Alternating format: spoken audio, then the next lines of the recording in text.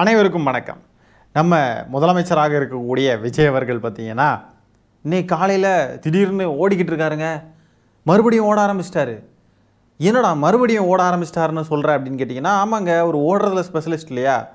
ஏற்கனவே விழுப்புரத்தில் ஒரு தடவை ஓடி இருக்காரு, செம்ம ஓட்டம் அது.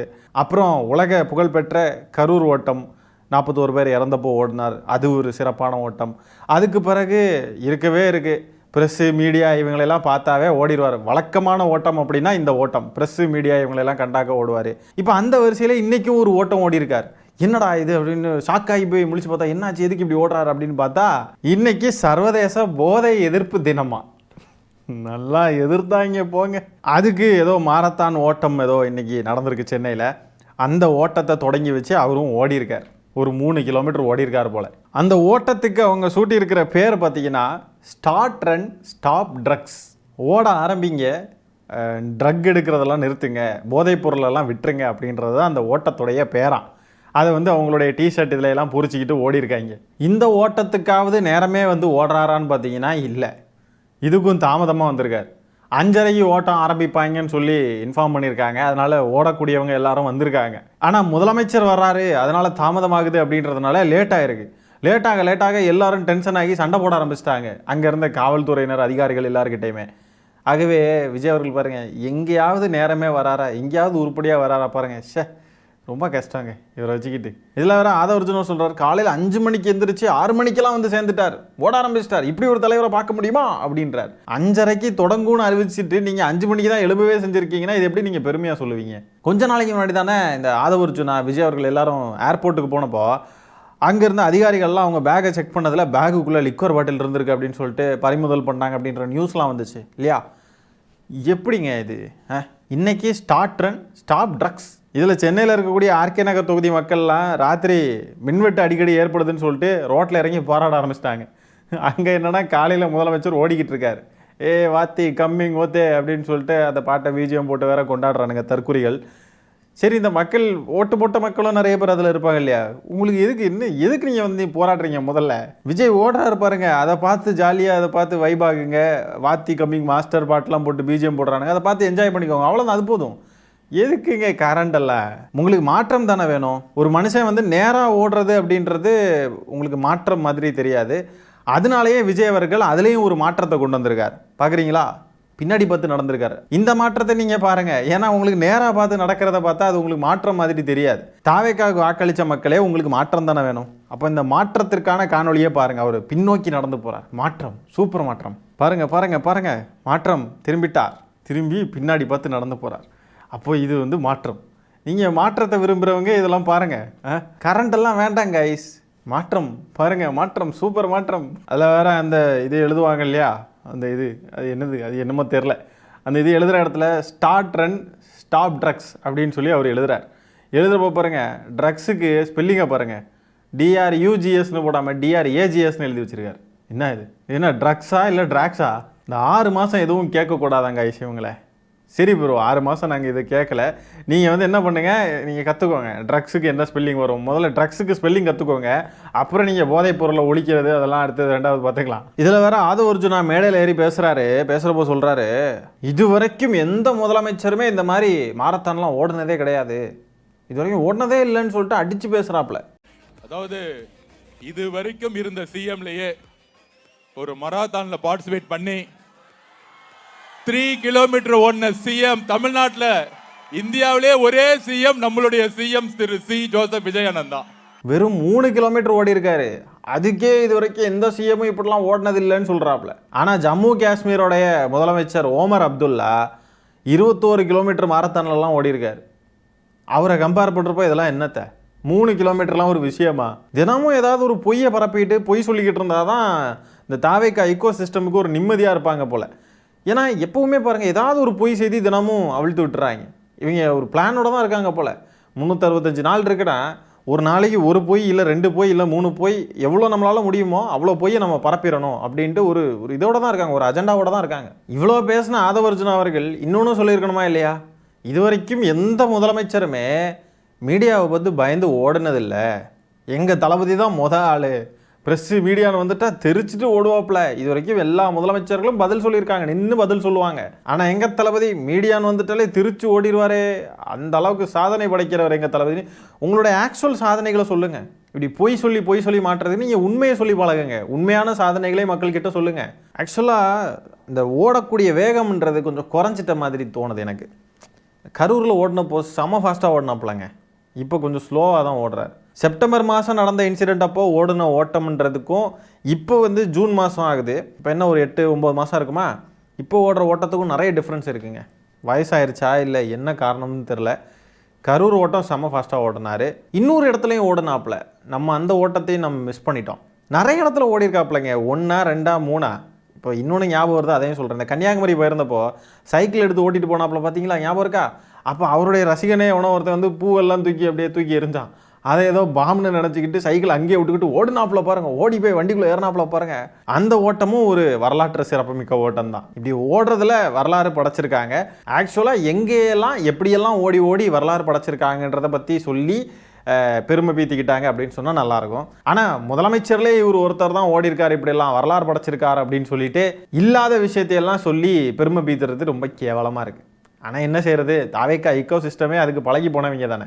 அந்த ஸ்டார்ட் ரன் ஸ்டாப் ட்ரக்ஸ் அப்படின்னு சொல்லி எழுதியிருந்தார் இல்லையா விஜய் அவர்கள், அதுக்கு கீழே ஸ்போர்ட்ஸை எடு ட்ரக்ஸை விடு அப்படின்னு இங்கிலீஷில் எழுதி வச்சுருக்காப்புல. இதை பார்த்தா என்ன தோணுது, ஒரு முதலமைச்சர் இங்கிலீஷில் எழுதிக்கிட்டு இருக்கார். இங்கிலீஷில் எழுதினா கூட பிரச்சனை இல்லை. ஏன்னா அதுக்கு முன்னாடி வந்து ஸ்டார்ட் ரன் ஸ்டாப் ட்ரக்ஸ் அப்படின்னு எழுதியிருக்காங்க. அது ஓகே, அது ஆங்கில வார்த்தை, அது ஆங்கிலத்திலே இருக்கிறது நல்லது. ஆனால் தமிழில் எழுதக்கூடிய ஒரு வார்த்தையை எதுக்காக இங்கிலீஷில் எழுதணும்? ஸ்போர்ட்ஸை எடு ட்ரக்ஸை விடு அப்படின்றத தங்கிலீஷில் எழுதி வச்சிருக்காரு. தமிழ் இனி மெல்ல சாகும் இவர் ஆட்சியில். இவர் தான் இந்த டீ கடையில் நின்று தின்னு பாரு பண்ணு, இது காந்தி பிறந்த பண்ணு, இதெல்லாம் இவர் தான் எழுதியிருப்பாப்புல போல. எல்லாம் பார்க்க ஒரே மாதிரி தான் இருக்குது. ஸ்போர்ட்ஸை எடு ட்ரக்ஸை விடு, தூரசக்தி பாரசக்தி கோரசக்தி தூர்த்து போன சக்தி, இதெல்லாம் இவர் தான் எழுதுறாப்புல போல இருக்கு. நல்லா வருமா இவருக்கு ரைமிங்கு? ஸ்போர்ட்ஸை எடு ட்ரக்ஸை விடு. தாவேக்காவுடைய அமைச்சரும் சட்டமன்ற உறுப்பினருமான கில்லி சரத் அவர் வந்து ஸ்டேடியம், சென்னை சேப்பாக்கம் ஸ்டேடியம் இருக்கு இல்லையா, அங்கே ஏதோ மேட்ச் பார்க்க போயிருக்காப்புல. அங்கே என்னமோ பண்ணுறாப்புலங்க, அதை நீங்களே பாருங்கள் கொஞ்சம்.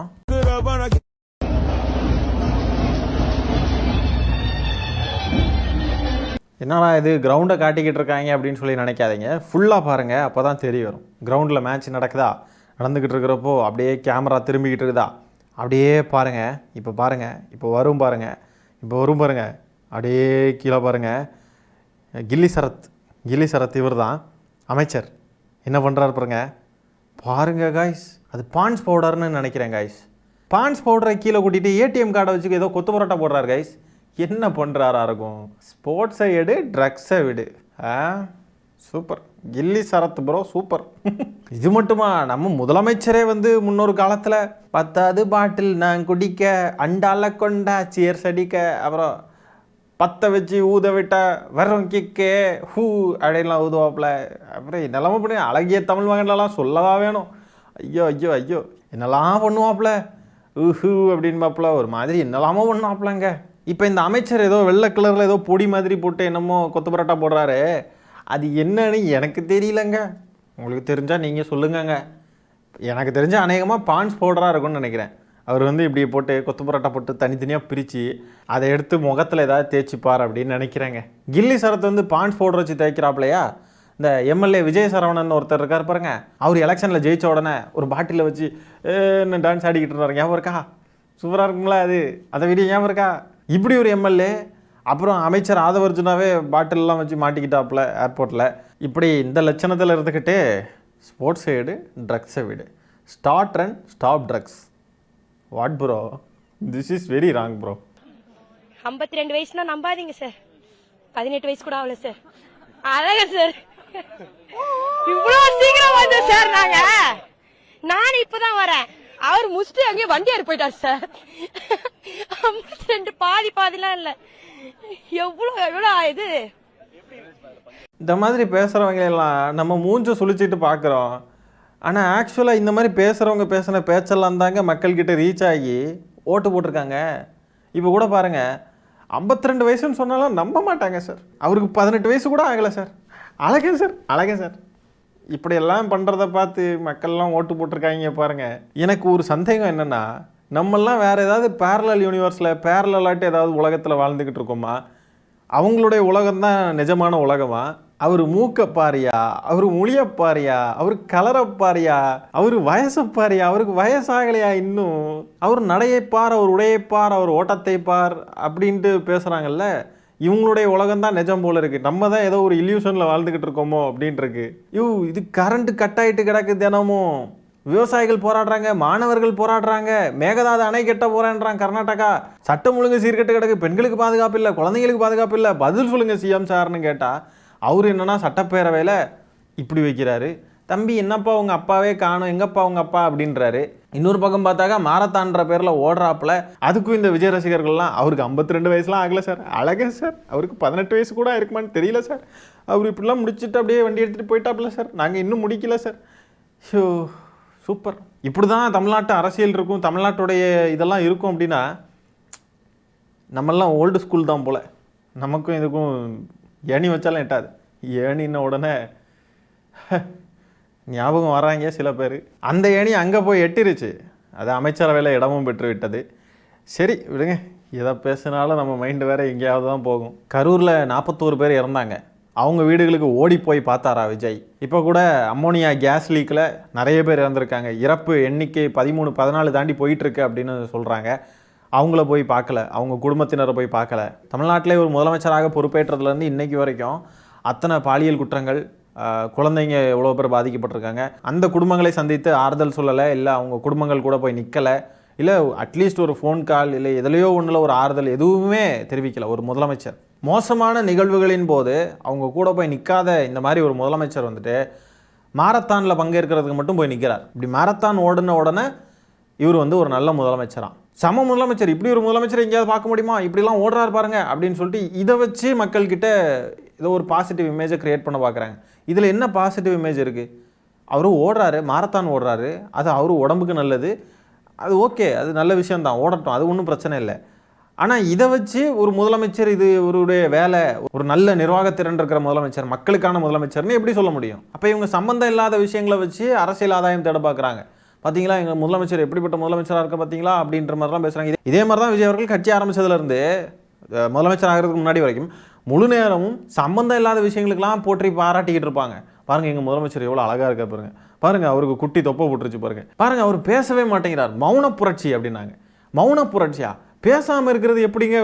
அதுக்கும் ஒரு பேரை வச்சு மௌன புரட்சின்ட்டாங்க. அவருடைய இயலாமைகளையும் அதுக்கு ஒரு பாசிட்டிவாக ஒரு பேரை வச்சு அதை மக்கள்கிட்ட கொண்டு போய் சேர்த்து மக்கள்கிட்டையும் அதை நம்ப வச்சு மக்கள்கிட்ட வாக்குகளையும் பெற்றுவிட்டாங்க. அது மாதிரி அவருடைய நெக்லிஜென்ஸ், அவர் வந்து எதையெல்லாம் அவாய்ட் பண்ணுறாரோ, எதெல்லாம் செய்யாமல் இருக்காரோ அதுக்கும் ஆல்டர்னேட்டாக வேறு எதையாவது செஞ்சு அதை வச்சு மக்கள்கிட்ட பிராண்ட் பண்ணி அதை வந்து ஒரு விஷயமா சொல்லி அதில் அரசியல் ஆதாயம் தேடி மக்களை நம்ப வச்சு முட்டாள்கள் ஆக்கிட்டு இருக்காங்க. இந்த மாதிரி அரசியல்லாம் திமுகவுக்குலாம் பண்ண தெரியாதுங்க. ஆனால் ஒன்று தான் சொல்ல முடியும், நல்ல மாற்றம். மக்களும் நல்லா மாறி இருக்காங்க, மக்களுக்கும் நல்ல மாற்றம். முதலமைச்சர்ன்ற ஒருத்தர் எப்படியெல்லாம் இருப்பாரோ அப்படியெல்லாம் இல்லாமல் இன்னைக்கு இருக்கிற முதலமைச்சர் கம்ப்ளீட்லி டிஃப்ரெண்ட்டாக இருக்காரு. அவருடைய பரிவாரங்களும் அதே மாதிரி தான் டிஃப்ரெண்ட்டாக இருக்காங்க. ஏதோ ஒரு தவறு செய்கிறாங்க அப்படின்னாலும் அதை அப்படியே பாசிட்டிவாக திருச்சி மாற்றிடுறாங்க, அதையும் மக்களை நம்ப வச்சிடுறாங்க. ஃபேக் நரேட்டிவ்ஸ், மேனிப்புலேஷன் எல்லாத்துலேயும் பெர்ஃபெக்டாக இருக்காங்க. இப்படி பொய் பரப்புறது, வதந்தி பரப்புறது, மக்களை மேனிப்புலேட் பண்ணுறது, இது எல்லாத்துலேயும் சரியாக செயல்படுறாங்க. ஆனால் மக்களுக்கான சரியான நிர்வாகம், மாநில உரிமைகளை காப்பது, சட்ட ஒழுங்கை நிலைநிறுத்துவது, பெண்களுக்கான பாதுகாப்பை உறுதி செய்வது, குழந்தைகளுக்கான பாதுகாப்பை உறுதி செய்வது, விவசாயிகள், மாணவர்கள் நலன், இந்த மாதிரி பல விஷயங்கள் இருக்குது. அரசாங்கம் சம்மந்தப்பட்ட விஷயங்கள் எல்லாம் அதுலேயும் கோட்டை விட்டுட்டாங்க. ஆனால் இப்போவும் உட்கார்ந்துறது ஃபேக் நரேட்டிவ்ஸு, மேனிப்புலேஷன், இதே மாதிரி தனி மனித துதி பாடுறது. எங்கள் தளபதி பாருங்கள் 52 வயசுன்னு சொன்னால் யாராவது நம்புவாங்களா? அவர் அழகாக இருக்கார், தங்கம் சல்லம், இப்படியே வந்து கொஞ்சிக்கிட்டு இதே வேலையை தான் பார்த்துக்கிட்டு இருக்காங்க திரும்ப திரும்ப. ஆகவே இந்த காணொலியில் நம்ம பேசியிருக்கிற விஷயங்களை பற்றி நீங்கள் என்ன நினைக்கிறீங்கன்றதை கமெண்ட்ஸில் பதிவு பண்ணுங்கள். இந்த காணொலியை நான் இத்துடன் நிறைவு செய்து கொள்கிறேன். நன்றி, வணக்கம்.